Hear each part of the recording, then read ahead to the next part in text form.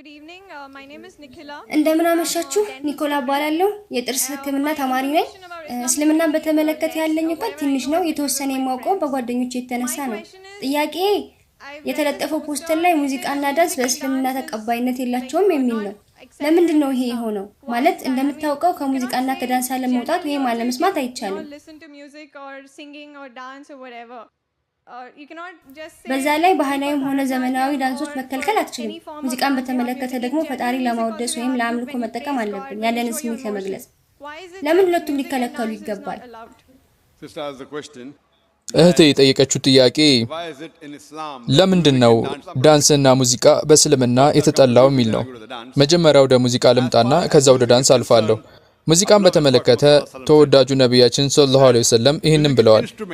የሙዚቃ መሳሪያዎች በጥቅሉ የተጠሉ ናቸው። ነገር ግን ዳፍ ወይም ዲቢ በአንድ በኩል ክፍት የሆነ ከበሮ አይነት ነው። ዳፍ ወይም ዳፍሊ ይባላል። ከዚህ ውጪ ነብያችን ሁሉንም ከልክለዋል። ምክንያቱም ካስተዋላችሁ ሙዚቃ አንድን ሰው አላህን ከማስተዋወስ ስለሚያርቀው ነው። ኃያሉን ፈጣሪ ከማስተዋወስ ያዘናጋዋል። ለዛም ነው ለምሳሌ የፊልም ሙዚቃዎችን ስንሰሙ የሂንዲ፣ የማሊያሊ ወይም የታሚሊ ወይም የሌላ ሀገር ይሁን የምታገኙት ነገር በእነዚህ ፊልሞች ላይ የሚጠቀሱት አብዛኞቹ ቃላቶች ከእውነታ በጣም የራቁ ናቸው።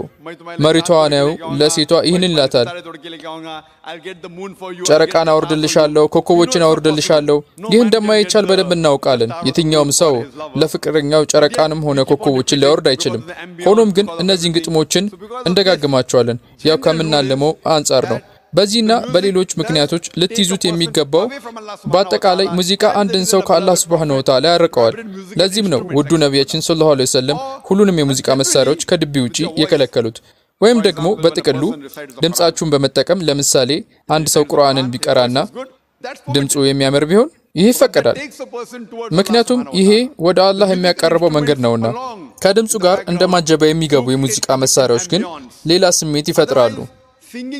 በድምጽ ብቻ መዝፈንን በተመለከተ ይሄ ሙባህ ነው። ሙዚቃ ውስጥ ያሉት ቃላቶች ወደ አላህ Subhanahu Wa Ta'ala የሚያቀርቡን እስከሆኑ ድረስ ማለት ነው። የሙዚቃው ግጥሙ ግን ወይም ሐሳቡ ከአላህ የሚያረቃቸው ከሆነ በድምጽ ማንጎራጎር ቢሆንም እንኳን ይሄ የተጠላ ነው።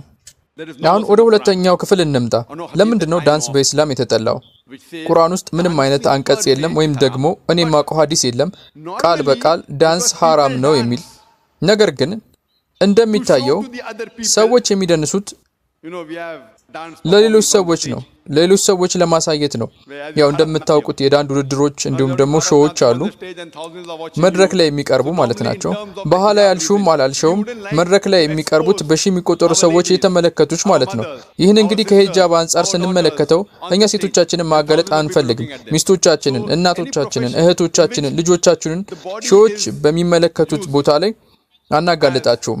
የትኛውም አይነት የሥራ ዘርፍ ይሁን ሰውነትን እንደ መዝናኛ የሚጠቀም ከሆነ እንደ ሾውም ቢሆን ማለት ነው ሰዎችን ለማዝናናት በሚል የሚሰራ ነገር የተጠላ የተከለከለ ነው። ለዚህም ነው ህዝብ ባለበት መደነስ የተከለከለ ወይም ደግሞ ፓርቲዎች ላይ መደነስ ማለትም ተቃራኒ ጾታ በሚገኝበት ቦታ መደነስ የተከለከለ ነው።